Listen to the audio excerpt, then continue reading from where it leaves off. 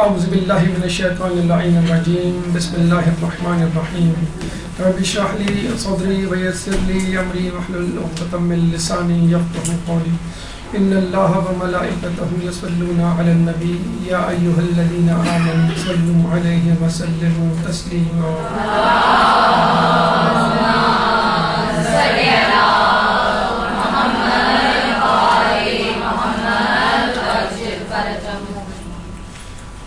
ہماری زیارت عراق جاری ہیں اور نجف اشرف کی روحانی سیر کرنے کے بعد اس سے استفادہ حاصل کرنے کے بعد اب ہمارا کارواں نجف کے بعد کربلا کی طرف رواں دوا ہے۔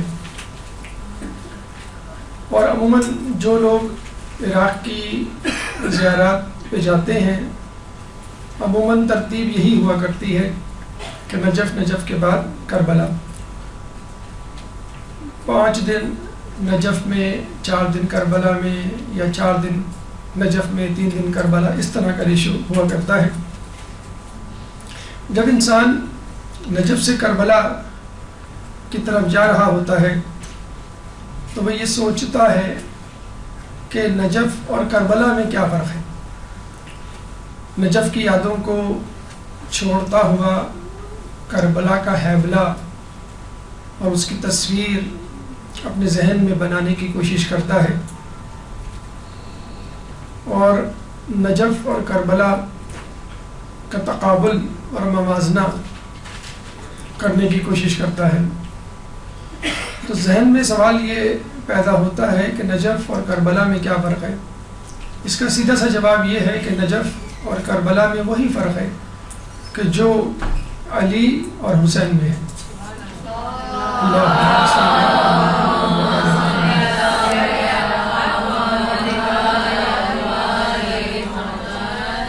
علی اور حسین میں کیا فرق ہے؟ اس فرق کو دیکھنے کے لیے ہمیں یہ دیکھنا ہوگا کہ خود علی اور رسول میں کیا فرق ہے۔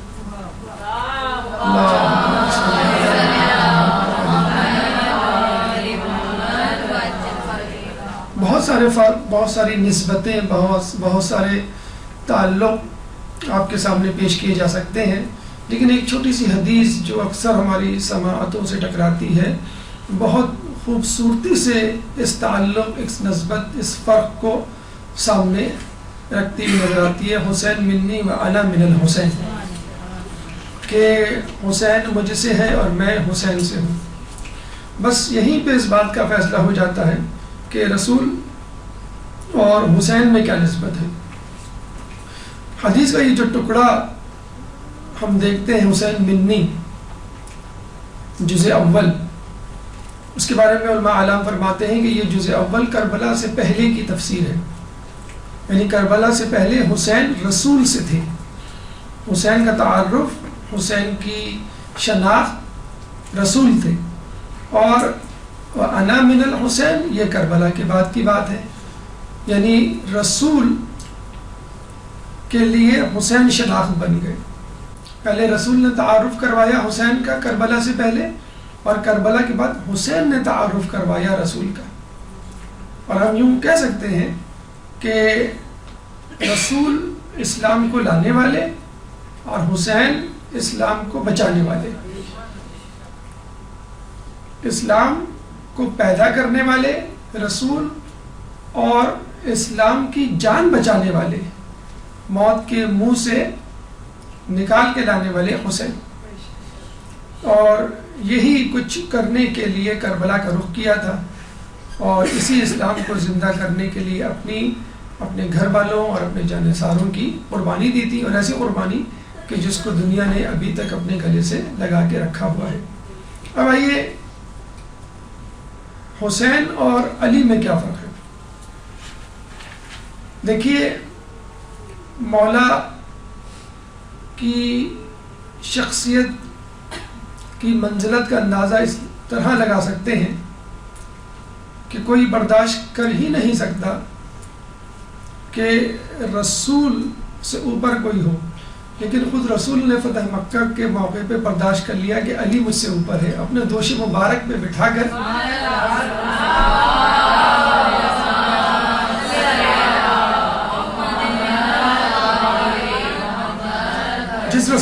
کہا گیا کہ اس کے سامنے اپنی آوازوں کو پست رکھو. اس رسول کے دوش مبارک پہ خود رسول کہہ رہا ہے کہ علی میرے دوش مبارک پہ کھڑے ہو کے ان بتوں کو توڑو. تو علی اور حسین میں یہ فرق ہے کہ علی نے کعبے میں چھپے بتوں کو توڑا اور حسین نے آستین میں چھپے ہوئے بتوں کو پاش پاش کیا. وہ منافقت اور وہ نفاق جس کو رسول اللہ نے نظر انداز کیا، وہ نفاق کھل کر علی کے سامنے آیا اور پوری دنیا کے سامنے اس کو تشت ازبام کرنے والے خود مولا حسین کی ذات. مولا کی ذات جتنی متنازع رہی ہے اتنی شاید پوری کائنات میں کسی کی ذات متنازع نہیں رہی. کیوں؟ کہ یہ عجیب ذات ہے کہ جس کو بیک وقت خدا بھی کہا گیا، کافر بھی کہا گیا. عجیب و غریب ذات. اور دونوں کو جو ہے دار اسلام سے خارج کر دیا گیا. بس اسی طرح کربلا کا واقعہ وہ واقعہ ہے کہ جس کو تاریخ میں متنازع ترین بنایا گیا ہے. کچھ لوگوں نے کہا کہ یہ 2 شہزادوں کی جنگ تھی، کچھ لوگوں نے کہا یہ سیاسی لڑائی تھی، ایک نورہ کشتی تھی، کسی نے کہا کہ یزید کی جوانی کی دیوانگی تھی، کسی نے کہا نعوذ باللہ حسین کی ناعاقبت اندیشی تھی. یعنی جتنے منہ اتنی باتیں، جتنے مفکر اتنے خیالات، جتنے مقرر اتنے بیانات، جتنے اہل قلم اتنے مقالات، جتنے اہل رجحان اتنے ہی مفروضات. لیکن ایک بات طے ہے کہ حسین کو سمجھنے کے لیے ضروری ہے کہ ہم نبوت کو سمجھیں، اور نبوت کو سمجھنے کے لیے ضروری ہے کہ ہم توحید کو سمجھیں. اگر یہ ترتیب اگر سمجھ میں آ جائے، یعنی امامت کو سمجھنے کے لیے نبوت کو سمجھنے کی ضرورت ہے اور نبوت کو سمجھنے کے لیے توحید کو سمجھنے کی ضرورت ہے، تو پھر حسین تو کیا، حسین کے دشمن بھی ہمیں سمجھ میں آ جائیں گے کہ حسین کہاں ہیں اور حسین کے دشمن کہاں ہیں. ہر ابتدا سے پہلے، ہر انتہا کے بعد ذات نبی بلند ہے، ذات خدا کے بعد. دنیا میں احترام کے قابل ہیں جتنے لوگ، میں سب کو مانتا ہوں مگر مصطفیٰ کے بعد. قتل حسین اصل میں مرگ یزید ہے، اسلام زندہ ہوتا ہے ہر کربلا کے بعد.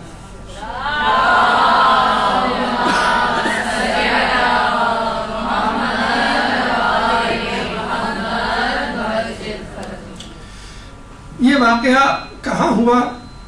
کربلا میں. کب ہوا؟ 1400 سال پہلے، کہ جب نہ ٹی وی چینلز تھے، نہ اسٹاف رپورٹرز تھے، نہ انٹرنیٹ تھا اور نہ ہی سیٹلائٹس. لیکن پتہ نہیں کس طرح کربلا کی روایات حرف بحرف، سینہ بسینہ ہم تک پہنچ گئی. ایک طرف یزیدی لشکر 30,000 سے زائد کی تعداد میں، اور دوسری طرف حسین تنہا 72 جانثاروں کے ساتھ. ایک طرف تیر، نیزے، بھالے، گھوڑے، کھانے اور عیش و آرام، اور دوسری طرف حسین کے ساتھ 3 دن کی بھوک پیاس. لیکن اس کے باوجود حسین جیت گئے. اور ہر سال عزاداری کے موقع پر دنیا بھر میں حسین پر ہونے والا گریہ اس بات کی دلیل ہے کہ حسین جیت گئے. 40 کے موقعوں پر کروڑوں کا مجموعہ، کہ جس کو اب خود بین الاقوامی میڈیا بھی نظر انداز نہیں کر سکتا، اس بات کی غمازی کرتا ہوا نظر آتا ہے کہ حسین جیت گئے. بہرحال یہ کربلا کا واقعہ رہتی دنیا تک ہمارے اوپر، آنے والی نسلوں پر ایک گہرے انمٹ نقوش چھوڑ گیا ہے.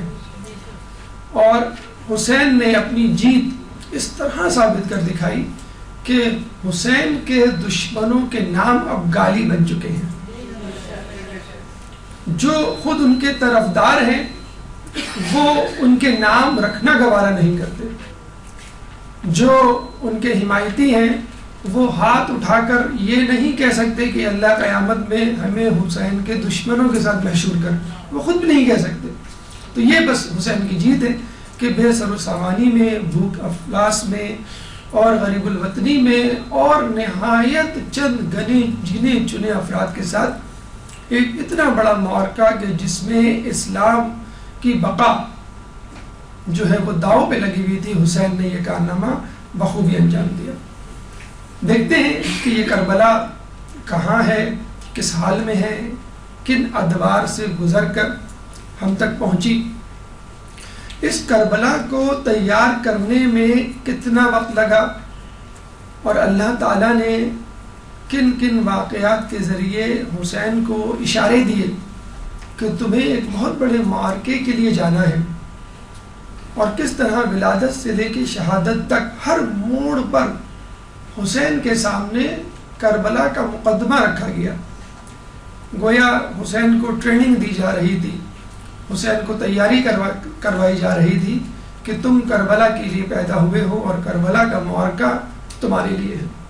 یہ کربلا شہر جو کہ ایک صوبہ ہے جس کا حصہ کربلا ہے، صوبے کا نام بھی کربلا اور شہر کا نام بھی کربلا. شہر کربلا دارالخلافہ ہے صوبہ کربلا کے، جو کہ شمال میں واقع ہے بغداد سے 100 کلومیٹر. یعنی اس کے جنوب میں نجف، شمال میں بغداد، مغرب میں صوبہ الانبار اور مشرق میں شام اور یمن. یہ وہ علاقہ ہے کہ جہاں درخت اور سنگریزے ناپید تھے. بس ایک بیاباں تھا جس کے ارد گرد دریا بہا کرتے تھے، جس میں ایک دریا فرات جس کا تذکرہ بہت زیادہ کیا جاتا ہے. کربلا کا نام کربلا کیوں پڑا؟ تاریخ اور محققین یہ کہتے ہوئے نظر آتے ہیں کہ کربلا کے 9 معنی ہیں. کربلا کے 9 معنی ہیں، اور کربلا سے ہٹ کے کربلا کے 8 متبادل الفاظ ہمیں کتابوں میں ملتے ہیں. یعنی 9 الفاظ اس جگہ کے لیے اور خود کربلا کے 9 معنی. تو آئیے سب سے پہلے ہم کربلا کے معنوں کو دیکھتے ہیں کہ کربلا کے کتنے معنی ہیں. اس کے بعد کربلا کے لیے جو متبادل الفاظ استعمال کیے گئے ہیں ان کو بھی دیکھتے ہوئے گزرتے ہیں. اس کے بعد ہم کربلا کے واقعے کی کڑی سے کڑی ملائیں گے اور دیکھیں گے کربلا کس طرح تیار ہوئی. ایک درود پڑھ دیں محمد والے محمد.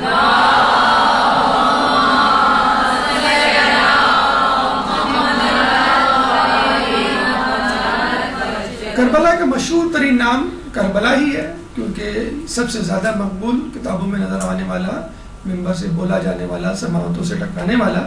لیکن خود یہ کربلا کن الفاظ کا مجموعہ ہے، لفظ کیسے وجود میں آیا اور اس کے کیا معنی ہیں؟ تقریباً 8 یا 9 معنی ہمیں ملتے ہیں کربلا کے. کربلا کربلا سے نکلا ہے، یعنی الف کی بجائے ہے، اور اس کا مطلب ہوتا ہے سست پڑ جانا. اچھا، یہ ایک عجیب بات ہے، چاہے ہم کربلا کے معنوں کو ذہن میں رکھیں یا کربلا کے متبادل الفاظ اپنے سامنے رکھیں، ہر لفظ، ہر معنی کی کڑی کربلا کے واقعے کی طرف اشارہ کرتی ہوئی نظر آتی ہے. چاہے لوگوں نے اپنے طور پہ تاریخی حوالے سے اس کا نام یہ رکھا ہو، لیکن کسی نہ کسی طرح ہم دیکھتے ہیں کربلا کا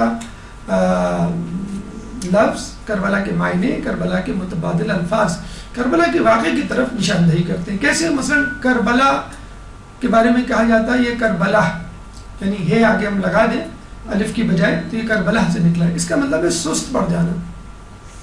اور محققین یہ کہتے ہیں کہ جب امام حسین یہاں آئے تو ان کے قدم سست پڑ گئے، ان کی سواریوں کے قدم سست پڑ گئے اور وہ تیزی ختم ہو گئی.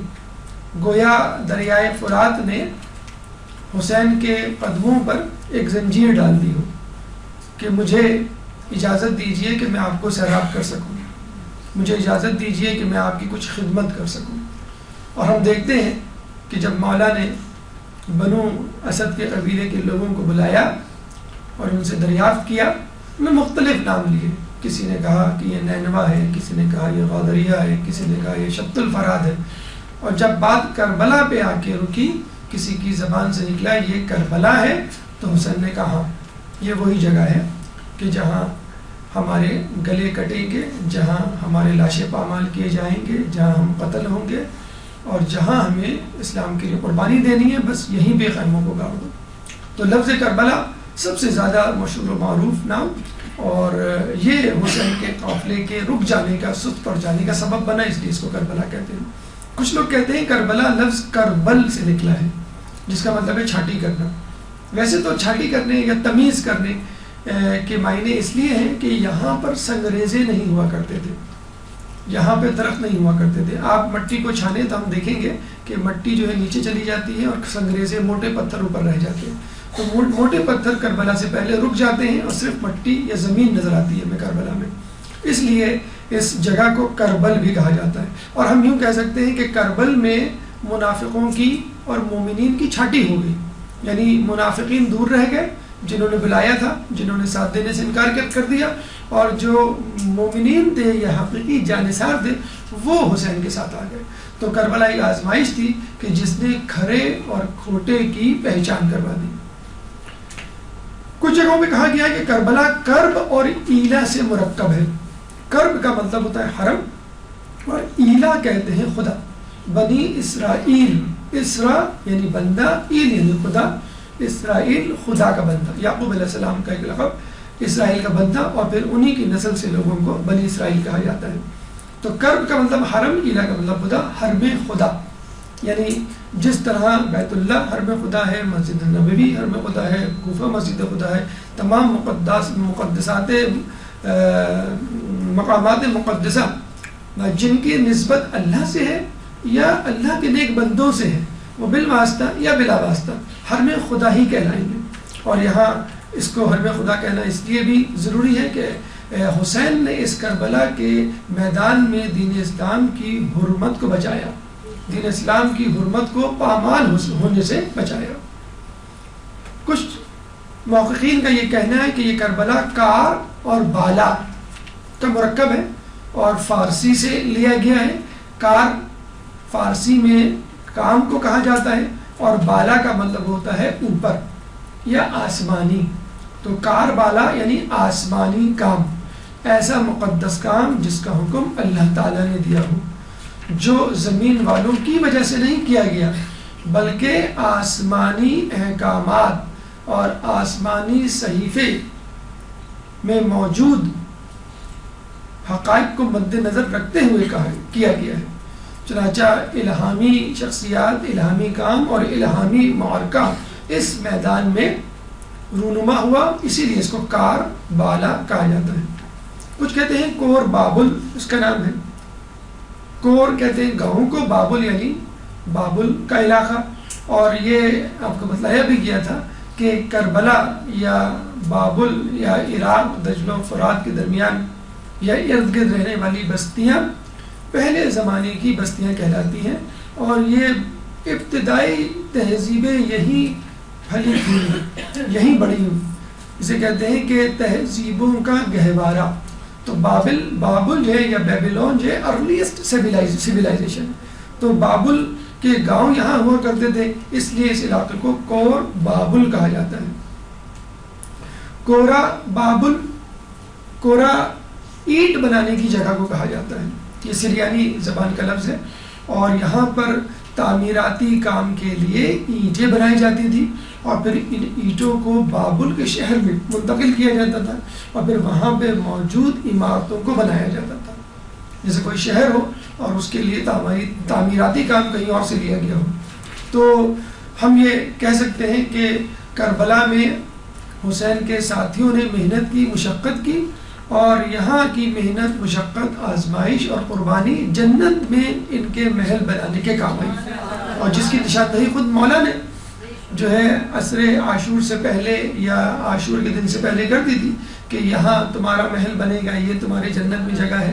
تو کربل یا کربلا کے میدان کی محنت لوگوں کو جنت کے محلات کی صورت میں ملی، اور اس کی خوشخبری حسین نے لوگوں کو شہادت سے پہلے دے دی تھی. کربلا کا ایک معنی جو ہے وہ نرم زمین بھی ہے. حالانکہ یہ زمین سخت تھی، لیکن جب حسین کے قدم پڑے تو یہ زمین نرم ہو گئی، اور اتنی نرم پڑی کہ جب کربلا کا نام لیا جاتا ہے تو آنکھوں میں نمی آ جاتی ہے. اور یہ حسین کی قربانی ہے کہ جس کی وجہ سے جو شخص بھی کربلا کا واقعہ یا سانحہ یا حادثہ سنتا ہے اس کا دل نرم پڑے ہوئے بغیر نہیں رہتا. کربلا مرکب ہے قرب اور الہ کا، یعنی قرب الہی، الہ کا مطلب الہی. تو جب کربلا میں گیا جس نے حسین کا ساتھ دیا وہ اللہ کا قرب حاصل کرنے میں کامیاب ہوا، اور جو نہیں دے سکا وہ آج تک یہی کہتا ہے یا لیتنی کنت معکم فافوز فوزا عظیما، کاش کہ میں آپ کے ساتھ ہوتا تو میں ایک عظیم کامیابی پر فائز ہوتا. تو یہ کربلا کی عظمت ہے کہ جو وہاں موجود تھا وہ تو کامیاب ہوا، لیکن جو آج بھی اپنے آپ کو نسبت دیتا ہے کربلا کی اور کربلا میں شہید ہو جانے والوں کی، وہ بھی کامیاب ہے. آخری نام جیسے ہم نے آپ کو بتایا کہ کرب و بلا سے مشتق ہے، اور یہ نام ہمیں روایات میں بکثرت ملتا ہے، کیونکہ جب مولا حسین کو مختلف نام گنوائے گئے اور جب یہ نام لیا گیا کہ یہاں اس کا نام جو ہے وہ کرب و بلا ہے، تو آپ کی زبان مبارک سے بے اختیار نکلا اللہم انی اعوذ بک من الکربلاء والبلاء، کہ اللہ مجھے کرب و بلا سے بچا. تو یہ وہ دعا تھی، اور اس دعا میں موجود کرب اور بلا ہے کہ جس کی وجہ سے اس کا نام کرب و بلا یا کربلا پڑا. یہ ایک لفظ تھا کربلا جس کے ہم نے بتایا آپ کو مختلف قسم کے معنی ہیں، اور یا مختلف طریقوں سے یہ کربلا کا لفظ بناتے ہیں. اب آئیے کربلا کے لیے متبادل الفاظ جو استعمال کیے جاتے ہیں ان کی تعداد بھی تقریباً 8، یعنی یہ بھی ٹوٹل 9 الفاظ بنتے ہیں. کربلا کا دوسرا اہم نام یا متبادل لفظ حائر ہے، اور حائر اگر آپ عربی زبان میں دیکھیں تو حائرہ یحیر، اس کا مطلب ہوتا ہے ایسی جگہ کہ جہاں پانی جمع ہو جائے. اور کہتے ہیں کہ جب متوکل نے اس کربلا کو مٹانے کی نعوذ باللہ کوشش کی اور نہر فرات کے پانی کو قبر حسین کی طرف چھوڑا تو پانی جو ہے بلکتا ہوا، مچلتا ہوا، روتا ہوا حسین کی قبر کی طرف آیا اور ایک جگہ آ کے رک کر حسین کی قبر کا طواف کرنے لگا. تو بس جس جگہ اس پانی نے طواف کیا ہے اس جگہ کے اوپر گنبد بنا دیا گیا، اور اب اس جگہ کو حائر حسینی کہا جاتا ہے. اور حائر کا مطلب جہاں پہ پانی جمع ہو جائے. اور یہ بھی لوگ بڑی عجیب اس کی توجیہ پیش کرتے ہیں کہ دیکھیں صحرا میں بیابان میں جو گڑھے ہوتے ہیں ان میں بارش کے دنوں میں پانی بھر جاتا ہے، اور جو اونچے ٹیلے ہوتے ہیں وہ سدا خشک کے خشک ہی رہتے ہیں. تو حسین نے تواضع انکساری کا مظاہرہ کر کے اللہ کے سامنے سجدہ ریز ہو کر اپنی جو ہے وہ تواضع انکساری کا مظاہرہ کیا، اور حسین کے دشمنوں نے تکبر کا مظاہرہ کیا. وہ پہاڑ اور ٹیلے بن کے تن کے کھڑے ہو گئے تو وہ اللہ کی رحمت سے سرفراز نہیں ہوئے. حسین اور ان کے چاہنے والے اللہ تعالیٰ کی رحمت سے سرفراز ہوئے. تو حائر وہ جگہ جہاں پہ پانی جمع ہو جائے. اور حائر کا ایک اور لفظ، ایک اور معنی حیران کر دینے والا، اور اس کی وجہ غالباً یہی ہے کہ کربلا کا واقعہ ہر انسان کو حیران کر دیتا ہے. کربلا سے منسوب معجزات جو کربلا کے واقعے کے بعد اور اس کے بعد آج تک ہو رہے ہیں ہر سننے والے کو حیران کر دیتے ہیں کہ یہ کیسی عجیب جگہ ہے. تو حائر پانی جمع ہونے والی جگہ، حائر حیران کر دینے والی جگہ، اور حائر فقی کتابوں میں جو لفظ استعمال ہوتا ہے وہاں سے مراد وہ جگہ ہوتی ہے جہاں پہ آپ کو پوری نماز پڑھنی ہے. 4 مقامات جن کا تذکرہ آپ نے سنا ہوگا اور آگے بھی آئے گا. حائر وہ جگہ ہے جو کہ قبر حسین سے اوپر جو گنبد ہے، اس گنبد کے نیچے جو نماز پڑھی جاتی ہے وہ اس کو جو ہے پورا پڑھا جا سکتا ہے، اور فقہی اصطلاح میں اس حائر کو استعمال کیا جاتا ہے۔ تیسرے لفظ کو دیکھتے ہیں ہیرا۔ آپ نے سنا ہوگا حیرہ یا ہیرا، یہ نجف کا ایک نام بھی ہے، حیران کر دینے والا، حیران کن، اور یہ کہتے ہیں کہ نجف کے برابر میں ساتھ میں ایک شہر تھا، اتنا خوبصورت شہر تھا کہ جس کو دیکھ کے لوگ حیران رہ جایا کرتے تھے۔ تو کربلا کے بارے میں بھی ہے کہ یہاں پہ ایسے معجزات، ایسے کرامات، ایسے واقعات رونما ہوئے کہ جس کی داستانیں سن کر آج بھی لوگ حیران رہ جاتے ہیں۔ ایک نام کربلا کا غازریہ بھی ہے، اور غازریہ دراصل بنو اسد کا ایک ذیلی قبیلہ تھا جو کہ اس جگہ آباد تھا۔ اور آپ کو یہ سن کے بھی حیرت ہوگی کہ حبیب ابن مظاہر جو بہت ہی ضعیف تھے، 90 سال سے زیادہ کی عمر تھی، حسین کے دوست تھے، دوستوں میں سے تھے، وہ جو ہے اس قبیلے سے تعلق رکھتے تھے، بنو اسد کی شاہ غازریہ سے۔ پانچواں نام نینوا ہے، اس کا بھی تذکرہ ہمیں کتابوں میں ملتا ہے۔ نینوا کو یا اور الف مقصورہ کے ساتھ بھی پڑھ سکتے ہیں، الف کے ساتھ بھی پڑھ سکتے ہیں، اور الف اور ہا کے ساتھ بھی پڑھ سکتے ہیں۔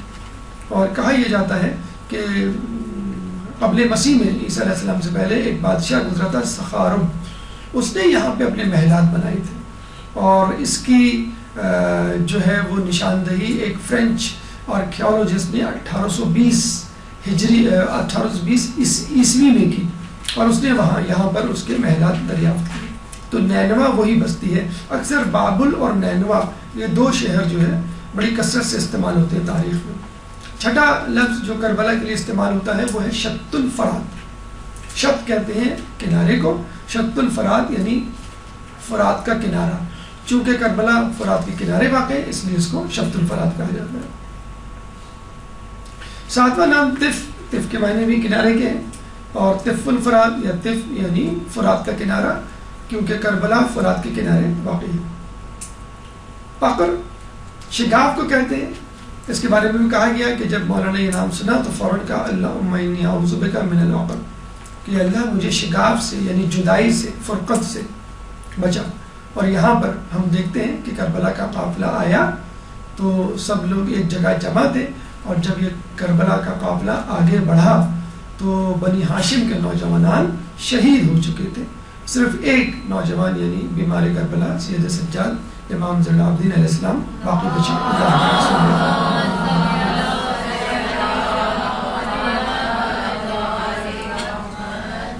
نواں نام اتفاق سے اس میں نو آتا ہے یا نوا آتا ہے، نواویس، اور نواویس اس کو اس لیے کہتے ہیں کہ یہاں پر ایک مسیحی قبرستان تھا کربلا کے برابر میں، اور اب وہ قبرستان براز علی نامی گاؤں کی طرف ہے، اس لیے سریانی زبان کا یہ لفظ ہے، اس لیے اس کو نواویس بھی کہا جاتا ہے۔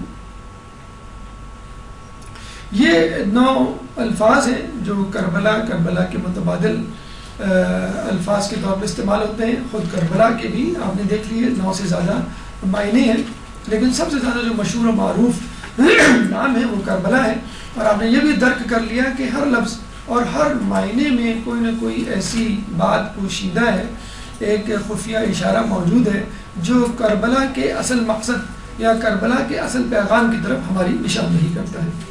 اب آئیے مرحلہ سویم کی طرف، اور ہم واقع کربلا کی طرف چلتے ہیں، جس میں ہم دیکھتے ہیں کہ اللہ تعالیٰ نے حسین کو کربلا کے لیے کیسے تیار کیا، کیونکہ جب تک ہمیں شخصیت کی معرفت نہیں ہوگی تو جس جگہ وہ شخصیت مدفون ہوگی، موجود ہوگی، اس سے موجود کوئی چیز پہنچی ہوگی، اس کی معرفت نہیں ہو سکتی۔ تو حسین کی معرفت پیدا کیجئے تاکہ کربلا جاتے ہوئے آپ کا دل معرفت اور حسین کی شخصیت سے بھرپور ہو جائے، اور اتنا بھرپور ہو جائے کہ آپ حسین کی پیروی کرنے کے لیے کربلا سے آنے کے بعد ہمیشہ اپنے آپ کو تیار پائیں۔ ایک درود پڑھ دیں محمد والے۔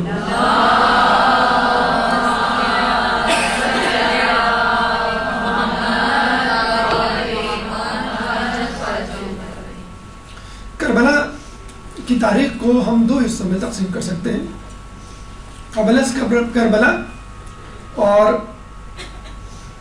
فی نفس کربلا، یعنی کربلا سے پہلے کربلا کیسے تیار ہوئی، اور خود کربلا کا ہنگام، کربلا کا میدان یا کربلا کی جگہ۔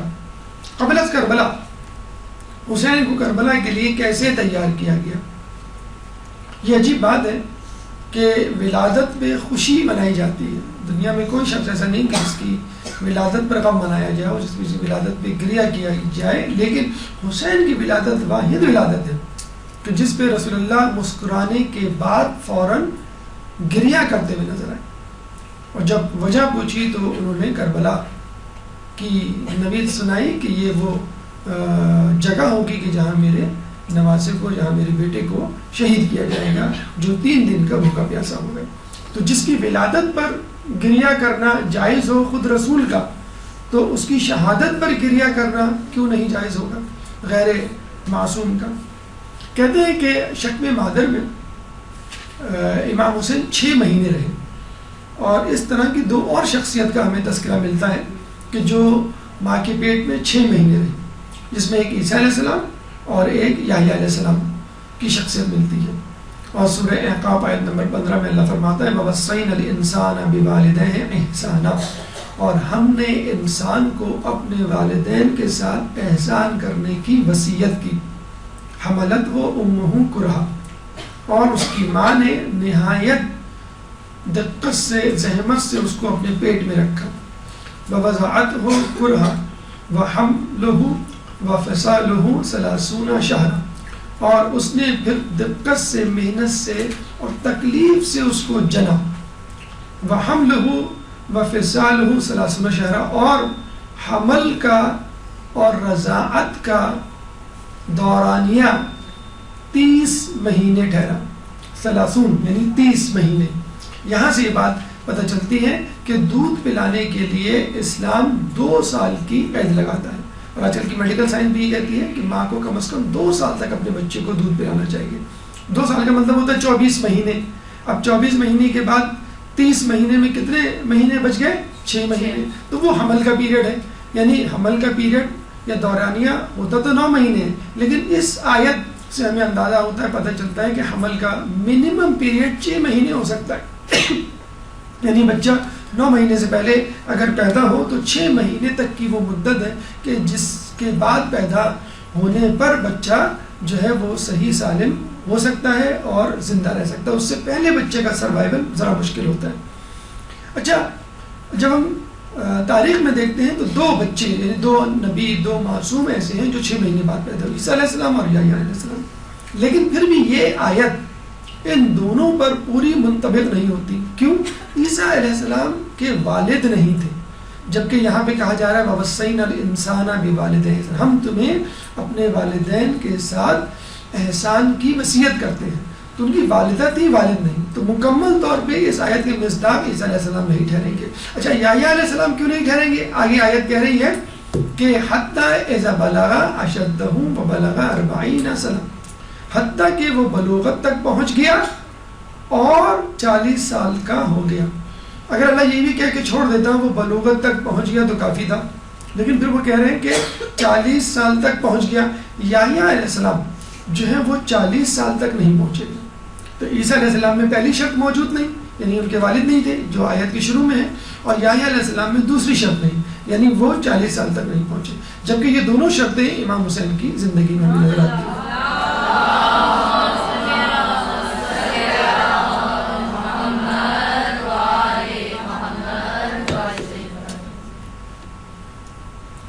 تاریخ کربلا ہمیں معلوم ہوا کہ جب مولا حسین کی ولادت ہوئی تو رسول اللہ نے گریہ کیا، اور جب ولادت پہ رسول گریہ کر سکتے ہیں تو حسین کی شہادت پہ رسول کے ماننے والے کو نہیں گریہ کر سکتے۔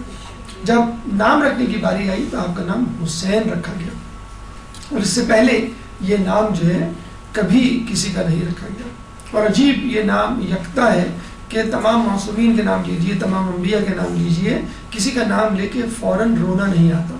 یہ نام ایسا ہے کہ جس کا نام زبان پر آتے ہی آنکھوں میں نمی اور دل میں ایک نرمی سی پیدا ہو جاتی ہے۔ حتیٰ کہ جن لوگوں کو آپ کی معرفت بھی نہیں تھی، جن لوگوں نے آپ کا نام کبھی بھی نہیں سنا، مثلا انبیاء کے بعد حسین کو پیدا ہونا تھا، یحییٰ علیہ السلام ہمیں ملتے ہیں، نوح علیہ السلام ہمیں ملتے ہیں، آدم علیہ السلام ہمیں ملتے ہیں، کہ جب ابھی اس کا تذکرہ انشاءاللہ ہم اگلی نشست میں کریں گے، جب ان انبیاء کے سامنے حسین کا نام لیا گیا تو بے اختیار ان کی آنکھوں سے آنسو چھلک پڑے، اور بے اختیار ان لوگوں نے پوچھا کہ یہ حسین کون ہے. تو یہ وہ عجیب نام ہے کہ جس کو سنتے ہی ہر انسان کتنا ہی شقی القلب کیوں نہ ہو، اس کا دل جو ہے وہ نرم پڑ جاتا ہے. حسین کی جب رضاعت کی باری آئی تو روایتوں میں ملتا ہے کہ حسین کو دودھ پلانے کے لیے رسول اللہ نے اپنی انگشت شہادت کا استعمال کیا اور اپنی انگلی مبارک کو چسایا کرتے تھے، اور حسین اسی سے جو ہے وہ دودھ پیا کرتے تھے. گویا رسول بتلا رہے ہیں کہ آج میں تمہاری زبان کو سیراب کر رہا ہوں، کل تمہیں علی اکبر کی زبان کو سیراب کر رہا ہوں. شفاعت کی باری آتی ہے تو بچہ جھولے میں موجود ہے جو کچھ کر نہیں سکتا، لیکن آپ دیکھ لیجئے کہ فرشتہ فطرت جب آتا ہے اور اپنے بدن کو مس کرتا ہے تو اس کے بالوں پر دوبارہ آ جاتے ہیں، وہ جو بالوں پر جو اللہ نے چھین لیے تھے ترک اولا پر. تو جب حسین کے جھولے سے بدن کو مس کرنے سے بالوں پر آ سکتے ہیں، جس کی وجہ سے فطرت نے آسمانوں کی طرف بلندی اختیار کی، تو ایک گناہ گار انسان اگر اپنے جسم کو حسین کی زری سے مس کرے تو اس کے گناہ کیوں نہ جھڑ جائیں، اور کیوں نہ اس کو روحانی بالوں پر عطا ہو جائیں کہ جس کے سبب وہ آسمانوں کی طرف، خدا کی طرف، فرشتوں کی طرف، عالم ملکوت کی طرف پرواز کر سکے. کہتے ہیں کہ جب حسین مسجد کے فرش پہ گرے تو رسول اللہ منبر کو چھوڑ کر آ گئے اور حسین کو اٹھا لیا اور یہ کہا کہ حسین، گویا یہ کہنے کا ارادہ رکھتے تھے یا گویا ان کی ادا سے ہمیں لگتا ہے کہ حسین آج میں تمہیں بچا رہا ہوں، لیکن کربلا کے میدان میں اگر گرو گے تو تمہیں خود اٹھنا ہوگا. اس گرم ریتی پہ میں گرتا ہوں، بچا لو امبر. دوش رسول پہ حسین سوار ہوتے ہیں اور رسول مسکرا کے حسین کو بازار کی طرف لے جاتے ہیں. اگر کوئی کہتا ہے کہ کتنی اچھی سواری، تو رسول کہتے ہیں یہ بھی تو دیکھو کتنا اچھا سوار ہے. اور کربلا کے میدان میں حسین دوشہ ذوالجناح پر سوار ہیں. بس فرق یہ ہے کہ رسول مسکرا رہے تھے اور ذوالجناح رو رہا تھا. کیوں؟ ذوالجناح نے یہ کہا ہوگا کہ رسول حسین کو بازار چیز دلانے لے گئے تھے اور میں حسین کے گلے پر خنجر چلوانے لے جا رہا ہوں، اس لیے میں گریہ کر رہا ہوں. صلح حدیبیہ میں حسین نے یہ دیکھا کہ لوگ رسول کی نبوت پہ شک کر رہے ہیں. ان کو یہ احساس ہوا کہ آئندہ آنے والے دنوں میں میرے بھیا حسن کی صلح پر لوگ شک کریں گے اور ان کے امام ہونے پر طنز کریں گے اور ان کو جو ہے وہ رضیل المومنین کہہ کے خدا نخواستہ پکاریں گے. تو مجھے اپنے بابا کی سنت کی پیروی کرنا ہے، جس طرح میرے بابا نے فوری طور پہ صلح حدیبیہ پر عمل کیا، رسول کی اطاعت کی، مجھے بھی اپنے بھیا یعنی صلح حسن کی طرف جو ہے وہ سبقت کرنی ہے، چاہے لوگ میرے بھیا کا ساتھ چھوڑ دیں. جنگ خیبر میں حسین دیکھتے ہیں کہ علی تنہا خیبر کے در کو اکھاڑ رہے ہیں. علی تنہا جنگ خیبر کے میدان میں کھڑے ہیں کہ جبکہ باقی لوگ فرار کا راستہ اختیار کر رہے ہیں.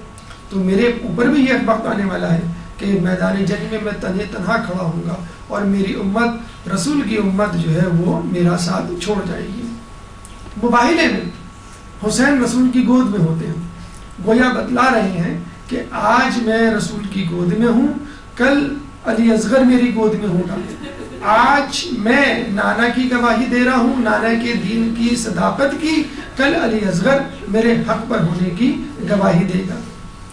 بس میں یہ کہوں گا کہ مولا آپ تو مباہلے کے میدان سے واپس زندہ سلامت آ گئے، لیکن علی اصغر جب گیا تو زندہ سلامت واپس نہیں آیا. غدیر قم میں لاکھوں کا مجموعہ دیکھتے ہیں اور بیعت ہوتے ہوئے اپنی آنکھوں سے اس کا نظارہ کرتے ہیں.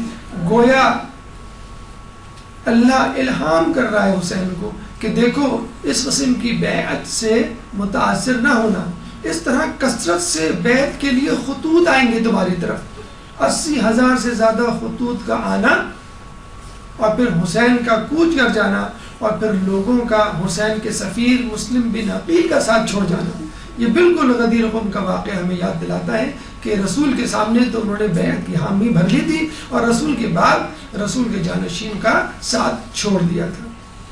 شہادت رسول پہ ہم دیکھتے ہیں کہ رسول اللہ کے جسد خاکی کو بے گور و کفن چھوڑ کر چلے جاتے ہیں لوگ، اور حسین گویا اپنے ذہن میں اپنے آپ کو تیار کر رہے ہیں کہ اسی طرح مجھے بھی بے گور و کفن لوگ چھوڑ کے چلے جائیں گے. لیکن ہم یہ کہیں گے کہ کم از کم رسول کی لاش کو پامال تو نہیں کیا گیا. پھر مولا اپنی ماں بی بی سیدہ کی شہادت کو دیکھتے ہیں اور شہادت سے پہلے اس زخم کے بارے میں سنتے ہیں اور اس کوڑے کو لگتے ہوئے دیکھتے ہیں. گویا حسین کو تیار کیا جا رہا ہے کہ دیکھو آج تم اپنی ماں کے اوپر کوڑے پڑتے ہوئے دیکھ رہے ہو، کل تمہیں اپنی بہن بی بی زینب کے جسم پر کوڑے پڑتے ہوئے دیکھنا ہوگا. لیکن میں کہوں گا مولا آپ کی بی بی سیدہ، آپ کی ماں کم از کم گھر کے اندر تو تھی جب ان کو کوڑے پڑ رہے تھے. زینب تو کوفے کے بازار اور شام کے محلات میں ہوتی.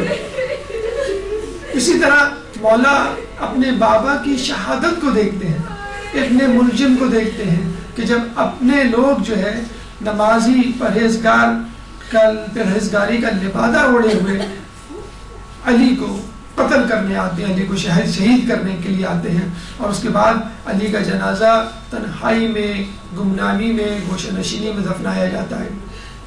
اس کے بعد اپنے بھیا کی شہادت کو دیکھتے ہیں کہ جب تیروں کو برسایا جاتا ہے، جنازے پہ تیر لگتے ہیں. یہ واحد جنازہ ہے جو قبرستان سے جو ہے واپس لایا جاتا ہے. بس حسین کے جنازے میں اور حسن کے جنازے میں یہ فرق تھا کہ حسن کا جنازہ جو ہے وہ تیروں سے پر تھا اور حسین کا سر جو ہے وہ نیزے پر بلند تھا. اور حسین مسلسل مختلف واقعات، مختلف حادثات کے ساتھ کربلا کی ایک مشق، ایک تمرین اپنے ساتھ لے کے جا رہے ہیں، اور خدا حسین کو ایک بہت بڑے سانحے کے لیے تیار کر رہا ہے. 5 لوگوں میں پنجتن میں حسین کا شمار ہوتا تھا، اور سب سے چھوٹی شخصیت، سب سے کم عمر شخصیت حسین کی تھی. رسول کا بھی مقابلہ کرنا ہے، بی بی سیدہ کا بھی، اپنے بابا کا بھی اور اپنے بھیا کا بھی. حسین کو کچھ ایسا کر کے دکھانا ہے کہ دنیا حیران رہ جائے. اور حسین کیا، حسین کے ششماہی نے ایسا کر کے دکھا دیا کہ دنیا حیران رہے گی. چنانچہ حسین جو ہے وہ کربلا کے لیے رخت سفر مانتے ہیں. ولید بن عقبہ یزید کے کہنے پر جب آپ سے بیعت کا مطالبہ کرتا ہے تو حسین یہ کہہ کر اس کو خاموش کروا دیتے ہیں کہ مجھ جیسا تجھ جیسے کی بیعت نہیں کر سکتا. یعنی وہ ہمیشہ کے لیے کلیہ دے رہے ہیں کہ دیکھو بات یزید اور حسین کی نہیں، بات حق و باطل کی ہے، بات کمتر اور افضل کی ہے. چنانچہ مجھ جیسے لوگوں کو چاہیے کبھی بھی تم جیسے لوگوں کی بیعت نہ کریں. جب حسین نے یہ دیکھ لیا کہ یہ لوگ مجھے قتل کرنے کے در پر ہیں اور میرے قتل ہونے پر مدینے کا امن، مدینے کا سکون اور مدینے کا تقدس پامال ہو سکتا ہے، چنانچہ حسین نے جو ہے اپنے بہترین، اپنے سب سے مقدس شہر جس میں آپ کا بچپن گزرا، جو آپ کے نانا کا شہر، جو دنیا کے اہم ترین شہروں میں شمار ہوتا ہے، اس شہر کو چھوڑنا گوارا کر لیا. سلام نانا کے روزے، سلام ماں کے مزار. جب آپ مکے کی طرف جاتے ہیں اور حج ادا کرنے کی نیت کرتے ہیں تو دیکھتے ہیں کہ احرام میں موجود لوگ حرم میں موجود ہیں اور ان کے ان کی آستینوں میں خنجر اور تلواریں موجود ہیں، اسلحے سے لیس ہیں، ان کے خیموں میں اسلحہ موجود ہے اور وہ آپ کے قتل کرنے کے بدر پہ ہے، اور ان کے لیے مکے کی حرمت کوئی معنی نہیں رکھتی. چنانچہ مجبوراً نہ چاہتے ہوئے بھی حسین نے کعبے کو، حسین نے خدا کے گھر کو خدا حافظ کہا. حسین کعبے سے جاتے ہیں کربلا کے لیے، خدا کے گھر سے جاتے ہیں مگر خدا کے لیے. چنانچہ خدا کے دین کو بچانا زیادہ ضروری تھا. چنانچہ حسین نے اپنا حج اپنے عمرے سے تبدیل کر دیا، اور یوں حسین چلتے چلتے کربلا پہنچتے ہیں. اور جب 2 محرم کو کربلا پہنچتے ہیں تو وہاں پہ موجود لوگ جو ہے آپ کو یہ خبر دیتے ہیں یہ کون سی جگہ ہے. پہلے تو حسین کا گھوڑا آگے چلنے سے انکار کر دیتا ہے، چنانچہ حسین دوسرا گھوڑا تبدیل کرتے ہیں، پھر تیسرا، پھر چوتھا، پھر پانچواں، پھر چھٹا، پھر ساتواں، لیکن کوئی گھوڑا، کوئی سواری آگے بڑھنے کے لیے راضی نہیں ہوتی۔ چنانچہ حسین عباس کو کہتے ہیں کہ یہاں جو لوگ موجود ہیں آس پاس ان کو بلاؤ تاکہ میں پوچھوں یہ کون سی جگہ ہے۔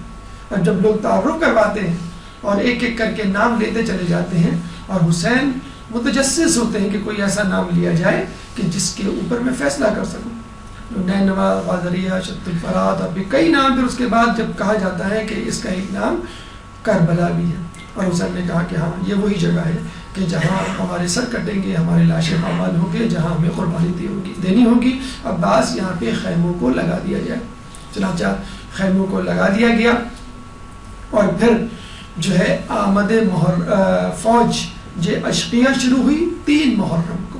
جب پتہ چلا کہ حسین آ چکے ہیں، کہتے ہیں کہ سب سے پہلا قافلہ، سب سے پہلا لشکر جو فوجیوں کا آیا وہ ہر کا تھا، اور اسی ہر نے جو ہے سب سے پہلے آپ کا راستہ روکا تھا، اور اسی ہر نے جو ہے آپ کو آگے جانے سے روکا تھا، اور اسی ہر نے جو ہے عمر سعد اور شمر ان لوگوں کو بلایا تھا، اور اسی ہر نے جو ہے وہ پانی کی بندش کی تھی۔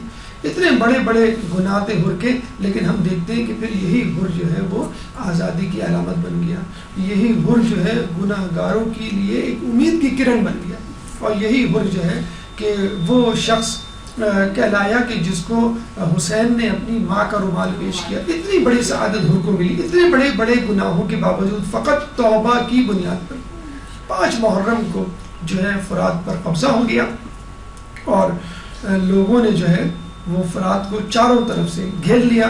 7 محرم کو پانی بند کر دیا گیا، اور یہ بھی کہا جاتا ہے کہ جس میٹنگ میں پانی بند کیا گیا، اس میٹنگ میں، اس اجلاس میں ہر موجود تھا۔ چنانچہ یہ تکلیف دہ فیصلہ کرنا پڑا، اور یہ ضروری تھا تاکہ لوگوں کو ایک خوف پیدا ہو جائے کہ ہم بھوکے پیاسے رہیں گے تو ہم ہلاک ہو جائیں گے، تو شاید نعوذ باللہ حسین کے ساتھی بغاوت کر دیں، اور حسین جو ہے ہمارے سامنے گھٹنے ٹیکنے پر مجبور ہو جائیں۔ پھر 9 محرم کو ہم دیکھتے ہیں کہ فوج اشقیہ جو ہے وہ حسین کی فوج کو، حسین کے لوگوں کو، نہتے جانثاروں کو چاروں طرف سے گھیر لیتی ہے۔ شب عاشور آتی ہے، اور حسین جو ہے وہ اپنا آخری اجلاس بلاتے ہیں، چراغوں کو گل کر دیا جاتا ہے، اور حسین اپنے تمام لوگوں کو اجازت دیتے ہیں کہ اگر تم چاہو تو اب بھی واپس چلے جاؤ، میں اپنی بیعت کا قلاوہ جو ہے وہ تمہاری گردنوں سے واپس لیتا ہوں، اور اندھیرا اس لیے کر دیتے ہیں کہ لوگ شرمندہ نہ ہوں حسین سے، اور اپنے سر چھپا کے، اپنے چہرے چھپا کے، بغیر کسی شناخت کے اس کربلا سے واپس چلے جائیں۔ لیکن سلام ہو حسین کے ساتھیوں کو کہ انہوں نے حسین کا مان رکھا، اور حسین کو یہ کہنا پڑا کہ مجھے جیسے ساتھی ملے ویسے ساتھی تو میرے نانا کو بھی نہیں ملے، اور تمام کے تمام لوگ اپنی جگہ پہ کھڑے رہے، اور پائے استقامت کو جو ہے وہ اس میں لغزش نہ آنے دی۔ روز عاشور شروع ہوا، اور صبح سے لے کے عاشور کی عصر تک جو ایک کے بعد ایک اپنی جان دینے کے لیے، قربانی دینے کے لیے جاتا رہا۔ کبھی عباس نے اپنے بازو کٹوائے، کبھی جو ہے وہ علی محمد نے، کبھی جو ہے علی اکبر نے برچی کھائی، کبھی جو ہے قاسم کا لاشا پامال ہوا، اور پھر علی اصغر کا گلا چھدا۔ اس کے بعد حسین نے اپنی قربانی دی، اور عصر کے وقت جو ہے یہ کربلا تمام ہوئی۔ شام غریبہ میں لوگوں نے دیکھا کہ فوج اشقیہ نے خیموں کو آگ لگائی، اور بیویاں خیموں سے ایسے نکلی جیسے کہ تسبیح کے دانے گر کے نکلتے ہیں۔ بی بی زینب کی چادر چھلی، سکینہ کے گوشوارے چھینے گئے، اور اسیران کربلا کو بغیر محمل کے اونٹوں پہ سوار کیا گیا۔ کربلا کے بعد کوفے کے بازاروں کو اور شام کے محلوں سے جو ہے ان کو گزارا گیا، اور کوشش کی گئی کہ کسی طرح ان کی توہین کی جائے، لیکن دنیا نے دیکھا کہ توہین حسین کی نہیں، توہین حسین کے دشمنوں کی ہے۔ پھر 1 سال بعد 8 ربیع الاول کو یہ قافلہ واپس مدینے پہنچا، لیکن اب اس قافلے میں نہ قاسم تھے، نہ عباس تھے، نہ علی محمد تھے، اور نہ ہی علی اصغر تھے، اور نہ ہی میر کارواں امام حسین۔ کربلا ہوئی تمام سیعلمون الذین ظلموا ایہم منقلبون ینقلبون. باری الہ ہماری حدیث عبادت کو اپنی بارگاہ میں قبول فرما. باری الہ کربلا کے شہیدوں پر اپنی رحمت نازل فرما. باری الہ حسین اور ان کے ساتھیوں کو جنت کے اعلیٰ مقامات عطا فرما. اے اللہ ہر دور میں یزیدیت کے خلاف کھڑے ہونے کی توفیق عطا فرما. اے اللہ کربلا کا پیغام رہتی دنیا تک دنیا کے کونے کونے پر پھیلانے کی توفیق عطا فرما. اے اللہ ہمیں حسین کے نقش قدم پر چلنے کی توفیق عطا فرما. اے اللہ ہماری خواتین کو بی بی زینب کی طرح اپنے چادر کی حفاظت کرنے کی توفیق عطا فرما. اے اللہ سید سجاد کی طرح ہمیں باطل کے سامنے کلمہ حق بلند کرنے کی توفیق عطا فرما. امام کے ظہور میں تعجیل فرما اور ہمیں ان کے انصار و اعوان میں شامل فرما. وآخر دعوانا الحمدللہ رب العالمین. جی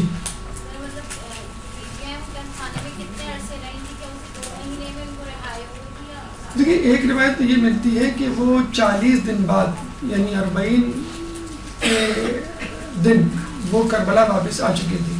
لیکن جو زیادہ روایات مشہور ہیں وہ 1 سال کی ہے کہ 1 سال بعد جو ہے وہ ان کو رہائی ملی اور 1 سال بعد جو ہے وہ کربلا کے میدان میں پہنچی. فطرت اصل میں جیسے ہم کہتے ہیں انبیاء کے حوالے سے ترک اولا یعنی بہترین کام کو یا بہتر کام کو چھوڑ دینا اور کمتر کام کو اپنا لینا. تو اسی طرح فطرت نامی فرشتے سے ایک ترک اولا ہوا تھا تو اللہ تعالیٰ نے اس کے بالوں پر نوچ لیے تھے اور اس کو جزیرے میں قید کر دیا تھا. تو جب امام حسین کی پیدائش ہوئی تھی تو بہت سے لوگوں کو مغفرت کا اور سزا میں تخفیف کا پروانہ ملا تھا. جس طرح ہم دیکھتے ہیں ممالک میں عید کے موقع پر بہت سارے حکمران پریزیڈنٹ جو ہے وہ قیدیوں کی سزا میں تخفیف کر دیتے.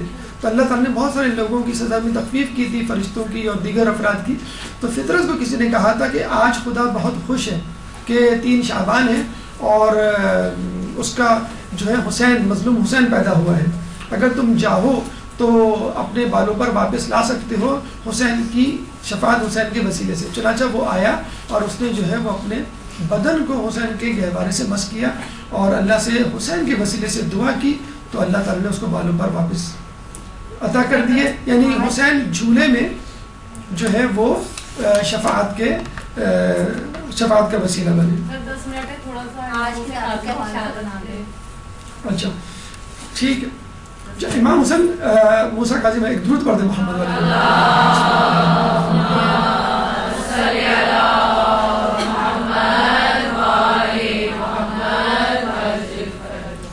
امام موسیٰ کاظم علیہ السلام کے حوالے سے جس طرح آپ کو معلوم ہے کہ ہمارے ہر معصوم کی شخصیت ایک یکتا و یگانہ ہے اور ہمارے ہر معصوم کو ظلم و ستم کا نشانہ بننا پڑا کیونکہ ہر دور میں ہر حکمران کو یہ خوف تھا کہ یہ اہل بیت کا لیڈر رہنما اور یہ امام جس کو کہتے ہیں یہ کہیں میری خلافت پر قبضہ نہ کر لے.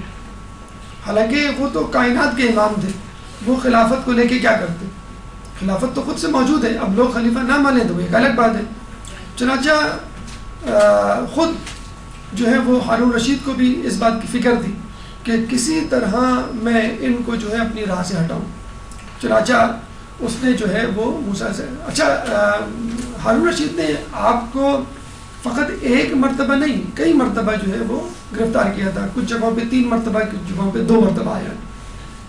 ہارون رشید کے بارے میں مشہور تھا کہ یہ انتہائی سنگدل انسان تھا اور اہل بیت پہ اور اہل بیت کے چاہنے والوں پر ہمیشہ ظلم کیا کرتا تھا. اور نہ صرف یہ کہ خود بھی ظلم کیا کرتا تھا بلکہ اپنے ساتھیوں کو مجبور کرتا تھا کہ تم بھی میرے ساتھ ظلم میں شریک ہو تاکہ وہ اکیلا نہ سمجھا جائے. تو خود امام موسیٰ کاظم علیہ السلام کے قتل سے پہلے, ان کی شہادت سے پہلے, وہ خود کئی سادات اور اہل بیت کے گھرانوں کے چشم و چراغ کا جو ہے وہ قاتل بنا تھا. ویسے تو تاریخ میں اس کو بڑا علم دوست کہا جاتا ہے کہ بڑا علم دوست تھا اور یہ علماء کی محفلیں جماتا تھا اور لوگوں کو جو ہے علمی مباحث میں مجبور کرتا تھا اور علم کا بڑا دل دادا تھا. حالانکہ اس نے اپنے محل میں علماء کو رکھا ہی اسی لیے تھا تاکہ وہ اپنی مرضی کے فتوے جمع کر سکے. قاضی ابو یوسف ایک عالم دین تھے جن کے بارے میں کہا جاتا ہے کہ اس زمانے کے سب سے بڑے عالم، لیکن ان کو استعمال کر کے کئی فتوے ایسے ہیں جو اس نے اپنی مرضی کے دلوائے. مثلاً اس نے جو ہے وہ اپنی باپ کی مدخولہ کنیز سے نکاح کیا، اور جب یہ معاملہ قاضی ابو یوسف تک پہنچا تو ہارون نے کہا کہ مجھے کوئی ہیلا بتاؤ. تو انہوں نے کہا کہ کنیز کی گواہی کی کوئی اہمیت نہیں. اسی طرح ایک کنیز سے بغیر عدت کے اس نے نکاح کیا، تو قاضی ابو یوسف نے کہا کہ تم اس کو اپنے بیٹے کو ہبہ کر دو، بیٹا تمہیں ہبہ کر دے، ہبہ کے لیے عدت کی ضرورت نہیں ہوتی. اس طرح کئی اس نے جو ہے وہ کوشش کی کہ کسی طرح اپنی مرضی کے فتوے بنائے. اچھا، اب یہ خود بھی کوشش کرتا تھا، کچھ علماء سے سیکھ کر امام کو یا امام کے چاہنے والوں کو نیچے دکھلانے کی کوشش. تو ایک دفعہ یہ گیا مسجد نبوی، تو مسجد نبوی میں قبر رسول کے سامنے کھڑے ہو کے رونا دھونا اس نے شروع کر دیا، اور کہنے لگا کہ یا ابن العم، یعنی کیونکہ وہ جناب عباس، بنو عباس جو تھے وہ جناب عباس کی نسل سے تھے، رسول اللہ کے چچا تھے وہ. تو اسی وقت امام موسیٰ کاظم علیہ السلام بھی وہاں کھڑے ہوئے تھے. تو انہوں نے فوراً جو ہے وہ پکار کے کہا یا ابتا، یعنی یا اے میرے والد، کیونکہ آپ کا رشتہ جو ہے وہ زیادہ قریب تھا بنسبت ہارون کے. اور ہارون نے ایک دفعہ یہ کہا بھی تھا کہ یہ بات مجھے سمجھ میں نہیں آتی کہ آپ جو ہے وہ کس طرح سے بی بی سے یا بی بی سیدہ کے وسیلے سے جو ہے وہ رسول اللہ کے بیٹے ٹھہرے. تو آپ نے فوراً جو ہے آیت مباہلہ کا جو ہے وہ ریفرنس دیا، حوالہ دیا کہ ابناءنا و ابناءکم، کہ تم اپنے بیٹے لوگ کو لاؤ، ہم اپنے بیٹوں کو. تو رسول اللہ کے جب بیٹے ہی نہیں تھے تو یہ آیت ہی غلط ہو گئی، اور اگر آیت صحیح تھی تو ان کو کہنا چاہیے تھا رسول اللہ کو چونکہ میرے بیٹے نہیں ہیں اس لیے میں اپنے بیٹے نہیں لا رہا، اور باقی جو نفس ہے اور جو بیٹی ہے یا عورتیں ہیں وہ ان کو میں لا رہا ہوں. لیکن رسول اللہ اپنے بیٹوں کو لے کے گئے. اور جہاں تک یہ بات ہے کہ بچوں کو لے کے چلے گئے دو بطور بیٹے، تو آپ اور لوگوں کو بھی لے کے جا سکتے تھے، کسی اور کو اپنا بیٹا بنا کے، لیکن اپنے بیٹوں کے لیے فقط حسن حسین کا انہوں نے انتخاب کیا. اور پھر امام نے یہ بھی کہا کہ جس طرح عیسیٰ علیہ السلام بوسیلہ مریم ابراہیم علیہ السلام کی ذریت سے ٹھہری، ان کا باپ تو نہیں تھا کوئی عیسیٰ علیہ السلام کا، اسی طرح خود ہم جو ہے اپنی جدہ اپنی ماں کے وسیلے سے رسول اللہ کی اولاد ٹھہرے اور ان کے بیٹی ٹھہرائے. اچھا، اب جب اس نے یہ دیکھا کہ مجھے پہ در پہ شکست ہو رہی ہے اور امام کا علم جو ہے وہ اس کے سامنے کوئی نہیں ٹھہر پاتا، تو اس نے جو ہے لوگوں کو تلاش کرنا شروع کیا کہ میں کس طرح جو ہے وہ لوگوں کو تلاش کروں اور کس طرح جو ہے وہ امام کو اپنے راستے سے ہٹاؤں. یہ ایک نفسیاتی مرض تھا جو ہر خلیفہ کو، چاہے وہ بنو عباس کا ہو بنو امیہ کا، اس کو یہ مرض لگا ہوا ہوتا تھا کہ یہ جو اہل بیت ہیں، اہل بیت کے جو رہنما ہیں، بزرگ ہیں یعنی ائمہ، یہ ہمارے خلاف سازشیں کر رہے ہیں. حالانکہ ہمیں کسی امام کے خلاف نہیں ملا، بارے میں نہیں ملا کہ انہوں نے ان کے خلاف سازشیں کی ہوں. حتیٰ کہ چھٹے امام کے پاس بہت گولڈن اپارچونیٹی تھی، پانچویں امام کے پاس بہت گولڈن اپارچونیٹی تھی کہ خود بنو عباس کے لوگ آئے تھے کہ آپ ہمارا ساتھ دیجئے، ہم جو ہے ان کو اپنے راستے سے ہٹا دیں گے. انہوں نے نہیں کیا. اچھا، چوتھے امام کے پاس کے اوپر زیادہ حق بنتا ہے کہ اس وقت لوگ جو ہے بہت زیادہ غصے میں تھے، اور کربلا کے واقعے کے بعد انہوں نے جو ہے وہ ولید بن عقبہ کو ہٹا بھی دیا تھا. پھر جو ہے مختار صفی نے بھی جو ہے کامیابی سے کم از کم اپنے علاقے تک، کم از کم کربلا کے قاتلین تک بدلہ تو لے لیا تھا، ووٹ کھڑے ہوتے. لیکن ہم دیکھتے ہیں کسی بھی امام نے کس قسم کی جو ہے وہ اقدام یا حکمت عملی اختیار نہیں کی. ہاں، اس وقت خلافت کے بار کو اپنے دوش پہ رکھا کہ جب لوگوں نے خود آگے بیعت کی. یعنی مولا علی نے کیوں خلافت کو جو ہے وہ قبول کیا؟ کیونکہ لوگوں نے آگے خود مولا کو خلیفہ بنایا. تو نبی یا امام جو ہے زبردستی اپنے آپ کو نہیں منواتا، وہ کیا دیتا ہے وَمَا عَلَيْنَا إِلَّا الْبَلَاغُ، کہ ہمارا کام ہے پہنچا دینا، منوانا نہیں. چنانچہ جب اس نے یہ دیکھا کہ یہ جو ہے وہ میرے لیے خطرہ بن سکتے ہیں، حالانکہ خطرہ نہیں بن سکتے تھے، بس ایک نفسیاتی طور پہ ایک پریشانی ان کو رہا کرتی تھی، تو اس نے کہا کہ مجھے جو ہے کسی ایسے شخص کی خبر دو کہ جو اہل بیت کے خاندان سے ہو اور مجھے اندر کی خبریں دے اور دنیا پرست بھی ہو، لالچ بھی ہو. تو محمد بن اسماعیل امام جعفر صادق علیہ السلام کے بڑے بیٹے، اسماعیل بڑے متقی پرہیزگار تھے، اور اس کا تذکرہ ہم نے نجف کی زیارت میں بھی کیا ہے کہ جب اپنے بڑے بیٹے کے ساتھ آئے تھے نجف اشرف کی زیارت پر، تو انہوں نے زیارت پڑھی تھی امیر المومنین کی، پھر اپنے بڑے بیٹے اسماعیل سے کہا تھا کہ اب تم امام حسین کی زیارت پڑھو، تو انہوں نے کہا کہ ان کا روضہ یہاں نہیں ہے، وہ تو کربلا میں ہے، انہوں نے کہا ان کا سر اقدس جو ہے وہ یہاں دفن ہے۔ تو ایک روایت کے مطابق راس الحسین جو جگہ ہے نجف اشرف میں وہ جگہ ہے جہاں پہ امام حسین کا سر دفن ہے۔ تو جناب اسماعیل کو لوگ خلیفہ ماننے لگے، امام ماننے لگے، یعنی ان کے بارے میں چیمہ گوئیاں ہونے لگیں کہ امام صادق علیہ السلام کے بعد جو ہے یہ 7ویں امام ہوں گے کون؟ جناب اسماعیل۔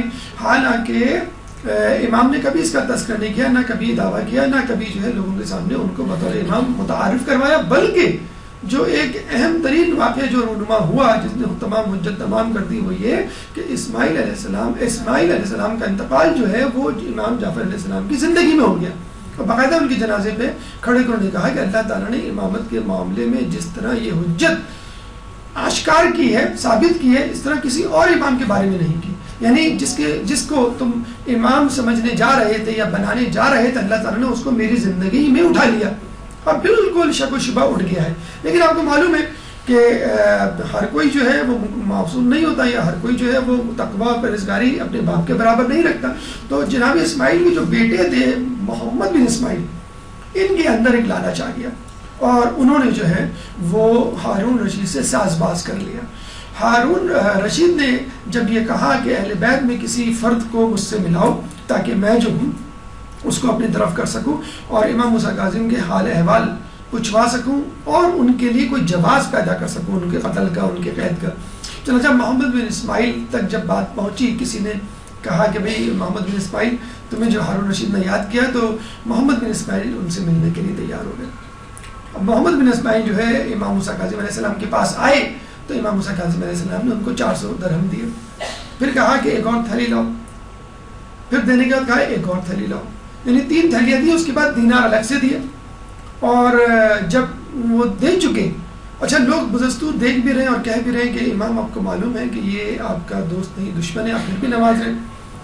تو محمد بن اسماعیل نے جاتے ہوئے کہا کہ میں جو ہوں ہارون رشید کے پاس جا رہا ہوں، اس نے مجھے بلایا ہے، آپ کوئی نصیحت کریں گے مجھے سفر پہ جانے سے پہلے؟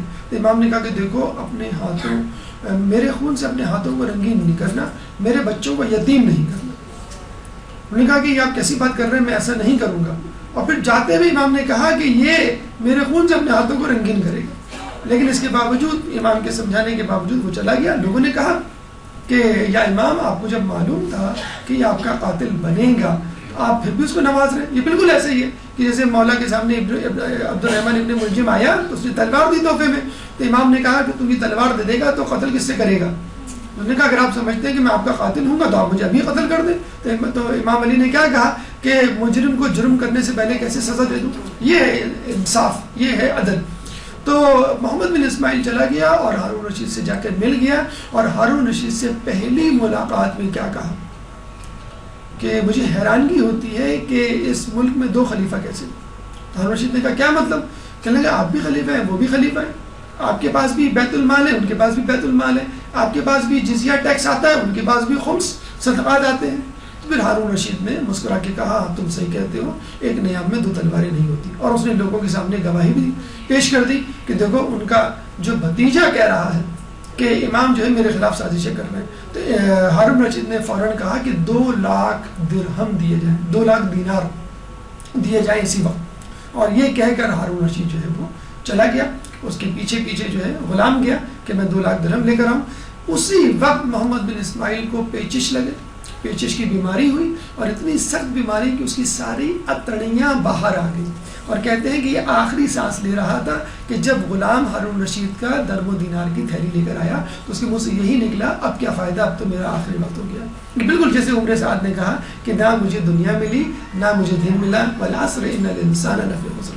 برحمتك يا أرحم الراحمين وصلى الله على محمد